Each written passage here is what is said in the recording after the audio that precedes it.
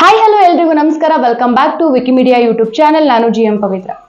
Social media open ಮಾಡಿದ್ರೆ ಸಾಕು, ಸೆಲೆಬ್ರಿಟಿಗಳಿಂದ ಹಿಡಿದು ಸಾಮಾನ್ಯರು ಕೂಡ ಒಂದು ಪೋಸ್ಟ್ ಅನ್ನು ಶೇರ್ ಮಾಡ್ತಿದ್ದಾರೆ.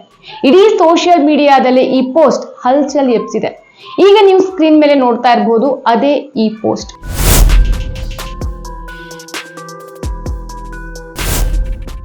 ಆಲ್ ಐಸ್ ಆನ್ ರಫಾ ಅನ್ನೋ AI ಜನರೇಟೆಡ್ ಅಂದ್ರೆ ಆರ್ಟಿಫಿಷಿಯಲ್ ಇಂಟೆಲಿಜೆನ್ಸ್ ಮೂಲಕ ರೆಡಿ ಮಾಡಿದ ಈ ಪೋಸ್ಟ್ ಸಖತ್ ವೈರಲ್ ಆಗ್ತಾ ಇದೆ. ಹಾಗಾದ್ರೆ ಈ ಪೋಸ್ಟ್ ಹುಟ್ಟಿದ್ದಾದ್ರೂ ಎಲ್ಲಿಂದ, ಹೇಗೆ ಮತ್ತು ಯಾರು ಹುಟ್ಟಾಕಿದ್ರು? ಈ ಪೋಸ್ಟ್ಗೆ ಇಸ್ರೇಲ್ ಏನಂತ ರಿಯಾಕ್ಟ್ ಮಾಡಿದೆ, ಹಾಗೆ ಈ ಪೋಸ್ಟ್ ನ ಹಿಂದಿನ ಸತ್ಯಾಸತ್ಯತೆ ಏನು ಅನ್ನೋದನ್ನ ಒನ್ ಬೈ ಒನ್ ನೋಡ್ತಾ ಹೋಗೋಣ ಬನ್ನಿ. ಇದು ಕೇವಲ AI ಜನರೇಟೆಡ್ ಪೋಸ್ಟ್ ಮಾತ್ರ ಅಲ್ಲ, ಇದು ರಫಾದಲ್ಲಿನ ನಿರಾಶ್ರಿತ ಜನರನ್ನ ಇಸ್ರೇಲ್ನ ಯುದ್ಧ ಟ್ಯಾಂಕ್ಗಳು ಮತ್ತು ಮಿಲಿಟರಿ ಪಡೆಗಳು ಸುತ್ತುವರೆದಿರೋದನ್ನ ತೋರಿಸುವಂತಹ ಒಂದು ಚಿತ್ರ. ಫೆಬ್ರವರಿ 2024ರಲ್ಲಿ ಆಕ್ರಮಿತ ಪ್ಯಾಲೆಸ್ತೀನ್ WHO ಕಚೇರಿಯ ನಿರ್ದೇಶಕ ಡಾಕ್ಟರ್ ರಿಕ್ ಪೇಪರ್ ಕಾರ್ನ್ ಅವರು ಆಲ್ ಐಸ್ ಆನ್ ರಫಾ ಅನ್ನೋ ಪದವನ್ನ ಮೊದಲು ಬಳಸಿದ್ರು. ಅಂದ್ರೆ ರಫಾದ ಮೇಲೆ ಎಲ್ಲರ ಕಣ್ಣುಗಳು ಅಂತ. ಗಾಜಾದ ರಫಾದಲ್ಲಿ ನಡೀತಾ ಇರುವಂತಹ ನರಮೇಧವನ್ನ ಇದು ತೋರಿಸುತ್ತೆ. ಇಸ್ರೇಲ್ ರಫಾ ಮೇಲೆ ದಾಳಿ ನಡೆಸಿದ್ರೆ ಅದು ಮಹಾ ದುರಂತ ಅಂತ ಡಾಕ್ಟರ್ ಪೀಪರ್ ಕಾರ್ನ್ ಹೇಳಿದ್ದಾರೆ. ರಫಾದಿಂದ WHO ನ ಪತ್ರಿಕಾಗೋಷ್ಠಿಯಲ್ಲಿ ಮಾತನಾಡಿದ ಪೀಪರ್ corn all ice on Rafah ಅಂತ ಹೇಳಿದ್ರು. 2023ರ ಅಕ್ಟೋಬರ್ 7ರಂದು ಹಮಾಸ್ ಭಯೋತ್ಪಾದಕರು ಇಸ್ರೇಲ್ ಮೇಲೆ ಆಕ್ರಮಣ ಮಾಡಿ ಅಲ್ಲಿನ ಜನಗಳನ್ನ ಕೊಂದು ಒತ್ತೆಯಾಳುಗಳನ್ನಾಗಿ ಮಾಡಿಕೊಂಡಾಗ ಶುರುವಾದ ಸಂಘರ್ಷಕ್ಕೆ ಇನ್ನೂ ಕೂಡ ತೆರೆ ಬಿದ್ದಿಲ್ಲ. ದಿನದಿಂದ ದಿನಕ್ಕೆ ಈ ಯುದ್ಧ ವಿಕೋಪಕ್ಕೆ ಹೋಗ್ತಾ ಇದೆ. ಈ ವಿಕೋಪದಲ್ಲಿ ಸಾವಿರಾರು ಜನ ಅಮಾಯಕ ನಾಗರಿಕರು ಬಲಿಯಾಗ್ತಾ ಇದ್ದಾರೆ ಕೂಡ. ಮೇ 26ಕ್ಕೆ ಇಸ್ರೇಲ್ ಗಾಜಾದ ರಫಾದಲ್ಲಿರೋ ನಿರಾಶ್ರಿತ ಶಿಬಿರಗಳ ಮೇಲೂ ಸಹ ದಾಳಿ ಮಾಡಿದೆ. ಈ ದಾಳಿಯಲ್ಲಿ ಸುಮಾರು 45 ಜನ ಪ್ರಾಣ ಕಳ್ಕೊಂಡಿದ್ದಾರೆ. ಇದರಲ್ಲಿ ಮಕ್ಕಳು, ಯುವಕರು, ಯುವತಿಯರು, ವಯಸ್ಸಾದವರು ಎಲ್ಲರೂ ಇದ್ದಾರೆ. ಸುಮಾರು 300ಕ್ಕಿಂತ ಹೆಚ್ಚು ಜನ ಗಂಭೀರವಾಗಿ ಗಾಯಗೊಂಡಿದ್ದಾರೆ.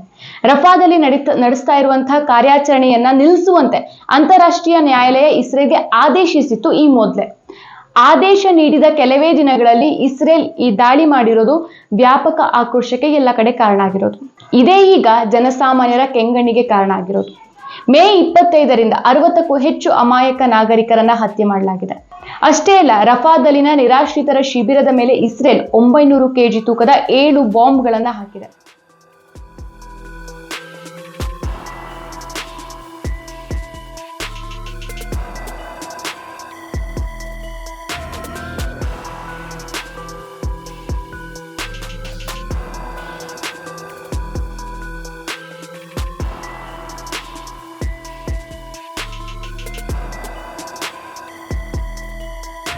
ಬಾಂಬ್ ಬ್ಲಾಸ್ಟ್ ನಿಂದ ಆಹಾರ ಮತ್ತು ನೀರಿನ ಕೊರತೆಯಿಂದ ಜನ ಒದ್ದಾಡ್ತಾ ಇದ್ದಾರೆ.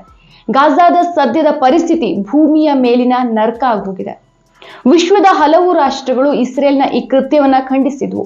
ಅನೇಕ ಭಾರತೀಯ ಸೆಲೆಬ್ರಿಟಿಗಳು ಇಸ್ರೇಲ್ ಬಾಂಬ್ ದಾಳಿಯನ್ನ ಕಟುವಾಗಿ ಖಂಡಿಸಿದ್ದಾರೆ. ಆಸ್ಟ್ರೇಲಿಯಾದ ಬ್ಯಾಟರ್ ಟ್ರಾವಿಸ್ ಹೆಡ್ ಕೂಡ ರಫಾ ಪರವಾಗಿ ತಮ್ಮ ಬೆಂಬಲವನ್ನ ಸೂಚಿಸಿದ್ದಾರೆ. ಬಹುತೇಕರು ತಮ್ಮ ಫೇಸ್ಬುಕ್, ವಾಟ್ಸಪ್ ನಲ್ಲೂ ಕೂಡ ಸ್ಟೇಟಸ್ ಹಾಕೊಂಡಿದ್ರು. ಸೆಲೆಬ್ರಿಟಿಗಳಿಂದ ಹಿಡಿದು ಜನಸಾಮಾನ್ಯರವರೆಗೂ ಈ ಪೋಸ್ಟ್ ಶೇರ್ ಮಾಡ್ಕೊಳ್ತಿದ್ದಾರೆ. ಈಗಾಗಲೇ ಈ ಪೋಸ್ಟ್ 40 ಮಿಲಿಯನ್ ಅಷ್ಟು ಶೇರ್ ಆಗಿದೆ. ಆಲ್ ಐಸ್ ಆನ್ ರಫಾ ಈ ಪೋಸ್ಟ್ ಇನ್ಸ್ಟಾಗ್ರಾಮ್ ನಲ್ಲಿ ಟ್ರೆಂಡ್ ಅನ್ನೇ ಕ್ರಿಯೇಟ್ ಮಾಡಿಬಿಟ್ಟಿದೆ. ಇನ್ನು ಈ ಒಂದು ಪೋಸ್ಟ್ ವಿರುದ್ಧ ಪರ ಹಾಗೂ ವಿರೋಧ ಚರ್ಚೆಗಳು ಸಹ ಶುರುವಾಗಿದೆ.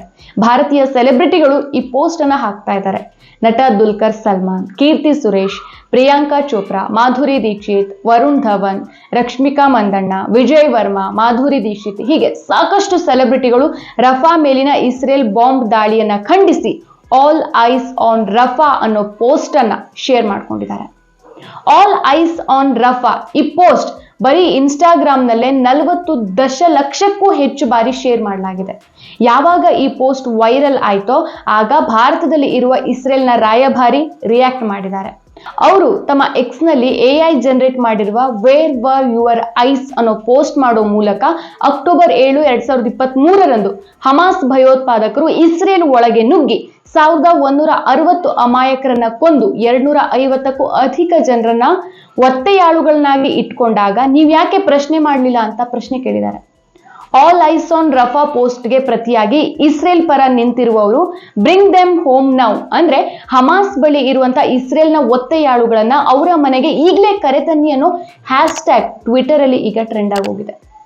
ಆದರೆ ಇಲ್ಲಿ ಇಸ್ರೇಲ್ ರಾಜಕೀಯ ನಾಯಕರ ಪ್ರತಿಷ್ಠೆಗೆ ಹಾಗೂ ಹಮಾಸ್ ಭಯೋತ್ಪಾದಕರ ರಾಕ್ಷಸ ಕೃತ್ಯಕ್ಕೆ ಬಲಿಯಾಗ್ತಾ ಇರುವವರು ಎರಡೂ ಕಡೆಯ ಅಮಾಯಕ ಜನರು, ಹಾಗೂ ಇನ್ನು ಪ್ರಪಂಚದ ಅರಿವು ಸಹ ಇಲ್ಲದೆ ಇರುವಂತಹ ಮುಗ್ಧ ಮಕ್ಕಳು ಸಹ.